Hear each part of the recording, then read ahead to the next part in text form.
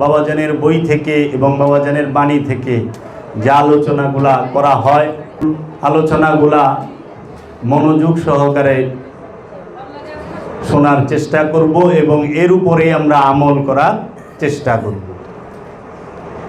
যদি আমল না থাকে শুনে কোনো লাভ নাই, আর শুধু শুনলে হবে না, শোনার পরে সেটা আমলও করতে হবে।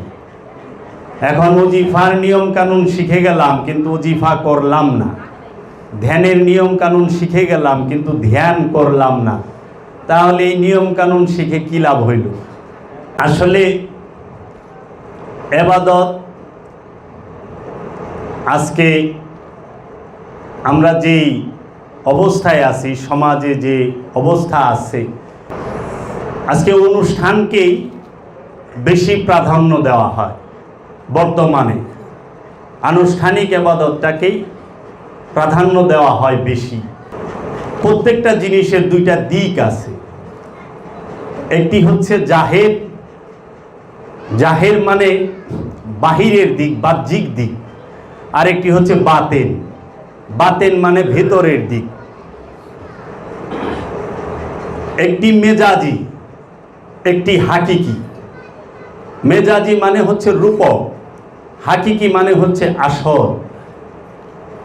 প্রতিটা জিনিসের মেজাজি আছে, হাকিকিও আছে।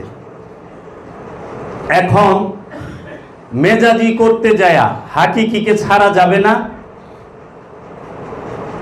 কারণ আমার মূল উদ্দেশ্যই হচ্ছে হাকিকি। কারণ হাকিকিতে পরিবর্তন হয় মেজাজি থেকে বেশি। আসলে আসল যে ইবাদত, মূল যে ইবাদত, মূলেই পরিবর্তন আসে অনুষ্ঠান থেকে। আনুষ্ঠানিক ইবাদত থেকে যে মূল ইবাদত, সেটাই পরিবর্তন আসে প্রতিটা মানুষের। যেই রকম আমরা সালাত করি, সালাতের মেজাজি আছে, হাকিকি আছে, আনুষ্ঠানিক আছে এবং আসল আছে। আনুষ্ঠানিক জমাতবন্দি, আর হাকিকি সেটা ব্যক্তিকেন্দ্রিক। আনুষ্ঠানিক মানে হচ্ছে যে ওয়াক্তিয়া সালাত এইটা, আর হাকিকি মানে হচ্ছে দাইমি সালাত। ওয়াক্তি সালাত জামাতবন্দি, জামাতের সকলে মিলে একসাথে পড়তে হয়। এই ওয়াক্তি পড়তে পড়তে দাইমের দিকে অগ্রসর হইতে হয়। কারণ অনুষ্ঠান হচ্ছে মূলকে প্রকাশ করার একটা মাধ্যম। মূল প্রকাশিত হয় অনুষ্ঠানের মাধ্যমে, কিন্তু অনুষ্ঠান কিন্তু মূল না। যেরকম এই দেহের মধ্যে মূল হচ্ছে নফস।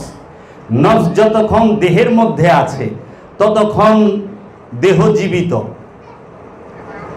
আর যখনই দেহ থেকে নফস বিদায় গ্রহণ করে তখনই দেহ মৃত।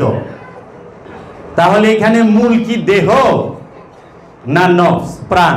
কোনটা মূল? হচ্ছে প্রাণ। কারণ প্রাণ আছে বিদায়ী দেহ জীবিত। তাহলে মূল প্রাণ, দেহ নয়। প্রাণকে পরিচয় করাইতে গেলে, প্রাণকে দেখাইতে গেলে, নফসকে পরিচয় করাইতে গেলে একটা দেহ লাগে। দেহ ছাড়া নফসকে দাঁড় করানো যায় না। প্রাণকে দাঁড় করাইতে হলেই দেহ লাগবে।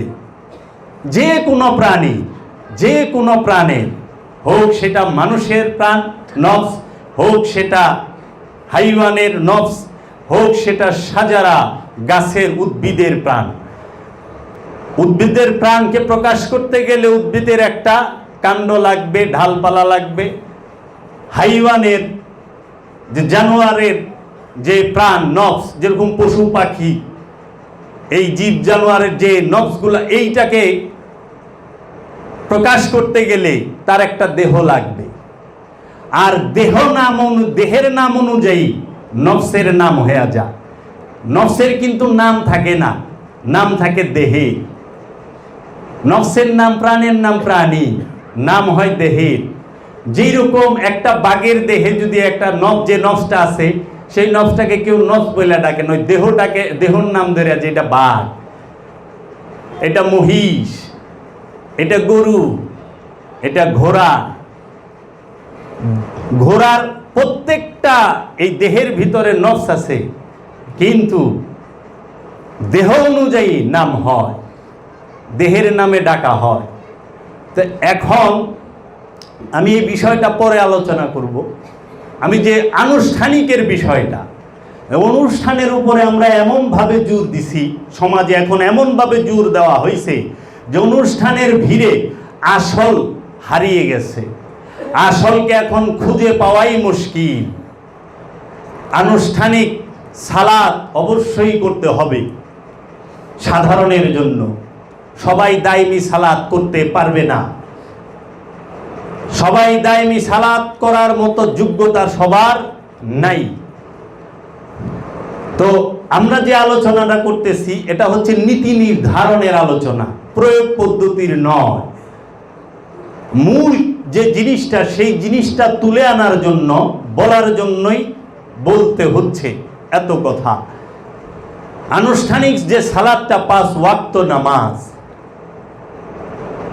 এটা হচ্ছে প্রয়োগ পদ্ধতি, নীতি নির্ধারণ না। মূল কি? মূল হচ্ছে দায়মি সালাত। তো এখন সমাজের ভিতরে এই ওয়াক্তি সালাতটা বহুল ঢালাওভাবে প্রচার হয়, কিন্তু দায়মি সালাতের কথা কোথাও কেউ শুনতে পায়? কখনো না। কোনো ওয়াজ মাহফিলে কখনো না, কোনো ধর্মযাজকের মুখে কখনো না, কোনো পীর সাহেবের দরবারে বলা হয় যে দায়মি সালাত বলতে একটা সালাত আছে, এই সালাতটাই মূল, এই সালাত কায়েম হলেই সে মুমিনে পরিণত হয়। আর এই দায়মি সালাত করতে হলে আমানু হইতে হবে, কারণ কোরআনে যে কোনো ইবাদত করতে বলা হয়েছে আমানুকে। কোনো ইবাদত ইনসানকে করতে এবং জিনের কথাটা উচ্চারণ করা হয় নাই। কি করা হয়েছে? ইয়া আইয়ুহাল্লাযীনা আমানু, ইয়া ও হে আইয়ুহাল্লাযীনা আমানু, হে ঈমানদারেরা। ঈমান আরবি শব্দ, এর বাংলা কি? বিশ্বাসী। হে বিশ্বাসী, আকিমুস সালাত, সালাত কায়েম করো, ওয়াতুজ যাকাত, যাকাত আদায় করো। এইখানে কি বললাম? সালাত কাকে করতে বলা হচ্ছে? আমানুকে। রোজা কাকে করতে বলা হচ্ছে? যাকাত কাকে দিতে বলা হচ্ছে? আমানুকে। আমরা যে দরুদ শরীফ পড়লাম, কি পড়লাম? ইয়া আইয়ুহাল্লাযীনা আমানু সাল্লু আলাইহি ওয়া সাল্লিমু তাসলিমা। এইখানেও দেখেন, ইয়া ও হে আইয়ুহাল্লাযীনা আমানু, বিশ্বাসীরা, সাল্লু আলাইহি, বেশি বেশি দরুদ পড়ো, ওয়া এবং সাল্লিমু তাসলিমা। তাসলিম শব্দের অর্থ সশ্রদ্ধ, সম্মান ভাবে, মর্যাদাপূর্ণ ভাবে সালাম জানাইতে বলা হয়েছে। তো এখন এই দরুদ পাঠের বেলায়ও এখানে কিন্তু আমানুকে বলা হয়েছে। এখানে কোনো ইনসানের কথা উচ্চারণ করে নাই, কোনো জিনের কথা উচ্চারণ করে নাই, কোনো ফেরেশতার কথা উচ্চারণ করে নাই, এখানে কোনো কাফেরের কথা উচ্চারণ করে নাই। কারণ কাফেরের জন্য কোনো ইবাদত নাই। কাফেরের একটাই ইবাদত, সেটা হলো খোদার এবং আদমের বিরোধিতা করা। কাফেরের ইবাদত এইটাই। তো প্রত্যেকটা ইবাদতের কথা আমানুকে কেন্দ্র করে বলা হয়েছে।